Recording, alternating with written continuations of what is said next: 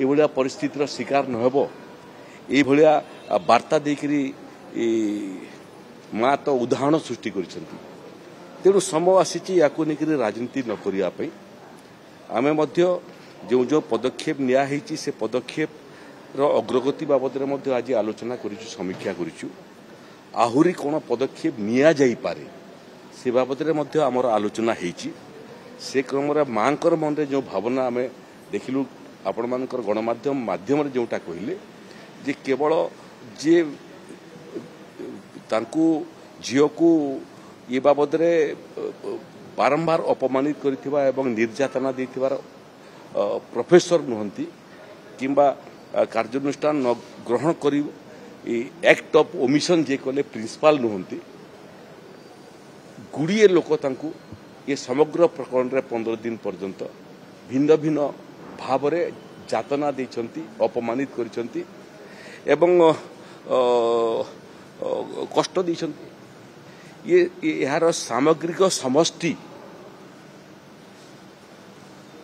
हुए तो तांकर आत्महत्या करिया पई खोराक जोगई दिला। तेणु मांकर जो भावना सेटा आमे आज ग्रहण करिछु।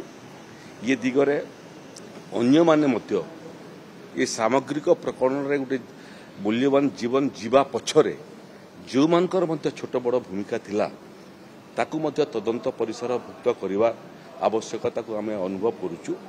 माननीय मुख्यमंत्री आज महामहिम राष्ट्रपति संगे कार्यक्रम रे अछंती। संध्या पर्यंत तांकर कार्यक्रम सरी जीवो।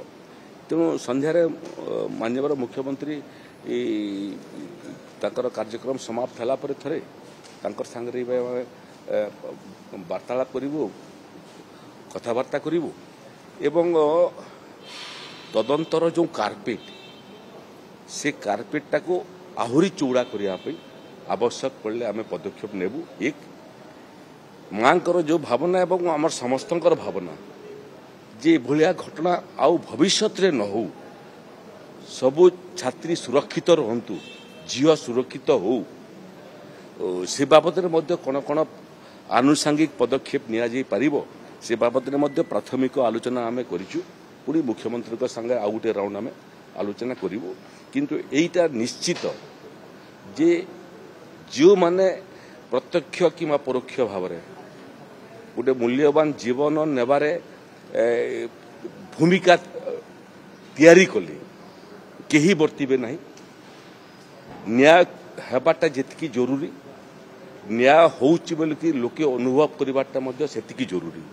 आमे योजना करिवो जिमिति न्याय भी हेबो एवं न्याय हेबार जो प्रक्रिया से प्रक्रिया लोक माने मध्य अनुभव करिवे एवं भविष्यत रे एभलिया घटना जिमिति न हेबो तार निखुण योजना एवं खसड़ा आमे प्रस्तुत करू।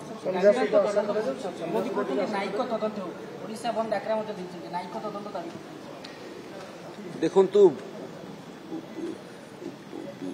गतकाली एम्स भितरे मध्य से मानकर जो आचरण एवं उच्चारण थिला गणतंत्र रे सरकारी दलर जेतिकी भूमिका न्याय प्रदान करिबारे किंबा निष्पत्ति करिबारे ये सरकार सबु समय विरोधीर मध्य मतामत को आमे सम्मान दी आसीचु। मूल विषय हला जे जेते अतीत रे न्यायिक कमिशन गठित होइतिला जो माने दाबी करचंती गुटे न्यायिक कमिशन रो रिपोर्टटा केबे से माने सार्वजनिक कले गुटे भी इभलिया अपराध अतीत रे जेते हेइतिला से गुटी अपराध को शेष सोपान पर्यंत नेकरी दंड प्रदान कले जो माने करू नहांती से माने परामर्श दौछंती। आमे व्यथित, आमे विचलित एवं गुटे मूल्यवान जीवन जीवारे जहा जहा न्याय करबा कथा आवश्यक पड़िबो जहा जहा पुणी थरे एवं पुनरावृत्ति करूची न्याय देबा पई जहा जहा पदक्षेप नेबाको पड़िबो मोहन माझी सरकार सबु पदक्षेप नेबा पई प्रस्तुत अछि। कोनोसी कसर छाड़िबो नहीं दोषी को दंडित करिबारे एवं एभलिया घटनार पुनरावृत्ति को बंद करिबारे। चापर थिला भलिया मु दिसुई मो कष्ट रे अछि, मो जंत्रणा रे अछि, मो दुख रे अछि। एवं व्यथित होगी अच्छी खाली जे जे एड़े बड़ घटना आपण मैंने मर्माहत ही ना उड़ीसा समाज मर्माहत ही नहीं तेणु गोटे मूल्यवान जीवन केते तार मूल्य सेटा जे दरदी लोक संवेदनशील लोक सी अनुभव करिवो एवं जे अनुभव करिवो से न्याय प्रदान करने प्रयास करिवो राजनीति घटना को राजनीति रे गोटे चषमा आम समस्ते देखा कथा ये जो पदक्षेप आम नौचु सरकारी दल हो कि विरोधी दल हो ए पीड़ितार परिवार कौन न्याय पाइबे एवं जीवन हरई छात्री कौन न्याय पाइब ये चषमा जो दिन देखा आरंभ करूँ मत लगुच सेटा ओडिशा पई छात्री समाज पई महिला मानक पई एवं समस्त सेटा ही उचित हम कार्यक्रम आरंभ कार्यानुष्ठान तो आरंभ हो गलानी आपको आहरी कौन कार्यक्रम नेबार आवश्यकता पड़ो ताकू प्रस्तुत अच्छु।